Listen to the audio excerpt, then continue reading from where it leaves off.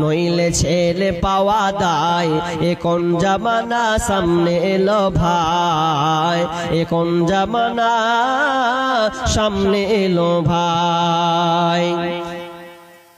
হাতের কানের গলার মালা এটা তো দিতে হবে, নইলে মেয়ে কেমন করে শ্বশুর বাড়িতে যাবে। হাতের কানের গলার মালা এটা তো দিতেই হবে, নইলে মেয়ে কেমন করে শ্বশুর বাড়িতে যাবে। তাই আন্টি ঘড়ি আর মোটর সাইকেল জামাই বাবুর চাই, এতে কিছু মনে করো না ভাই। তার সাথে খাট পালঙ্গ দিত সুখ চাই। বিয়ে মানে 15 টাকা, বিয়ে মানে 15 টাকা দিতে হবে ভাই, নইলে ছেলে পাওয়া দায়। এ কোন জামানা সামনে এলো ভাই।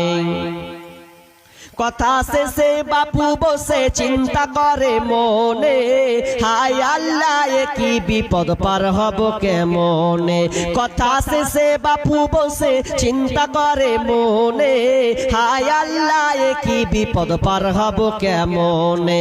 ক্ষণিক দূর থেকে বিবির স্বামীর মুখ পানে তাকায়, নয়নে অশ্রু ঝরে যায়। বলে আল্লাহ গো তুমি দাও বলে উপায়, বলে আল্লাহ গো তুমি দাও বলে উপায়। বিয়ে মানে 15 টাকা, বিয়ে মানে 15 টাকা দিতে হবে ভাই, নইলে ছেলে পাওয়া দায়। এ কোন জামানা সামনে এলো ভাই।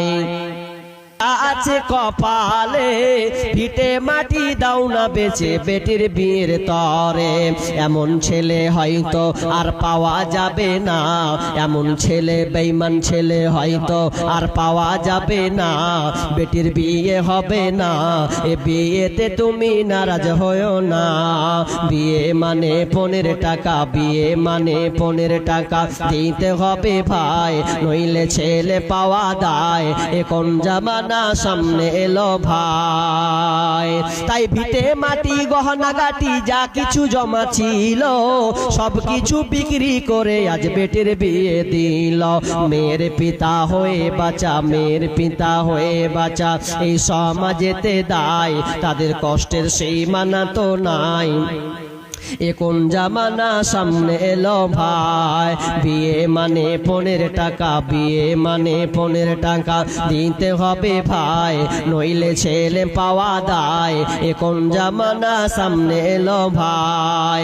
ভাই চটচট করে বলেন না ভাই, আরে 50-100 করে হোক না, আরে মুসাফা করি 100-200 করে।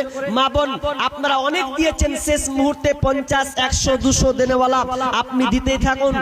আপনি নগদের সামনাসামনি পাঠান, ইনশাআল্লাহ আমি একজন মুসাফির হিসাবে, আমি মুসাফির হিসাবে দোয়া করব। রাসূল সাল্লাল্লাহু আলাইহি ওয়াসাল্লাম বলেছেন মুসাফিরের দোয়া আল্লাহ সুবহানাহু ওয়া তাআলা কবুল করেন। আপনি যে উদ্দেশ্যে দিবেন সেই উদ্দেশ্যেই আল্লাহ আপনার কবুল করবেন। আপনি শুধু মন গুজার করে আল্লাহকে বিশ্বাস রেখে, আল্লাহর উপর তাওয়াক্কুল ভরসা রেখে এই প্রতিষ্ঠানকে দিতে শিখুন। কারণ আজকের এই প্রতিষ্ঠানগুলো পাইমাল হচ্ছে, আমরা বুঝতে পারি না। যতক্ষণ না বুঝবো ততক্ষণ পর্যন্ত এই জালেম শাসকরা আমাদের উপরে নিরীহ নির্মম ভাবে তারা অত্যাচার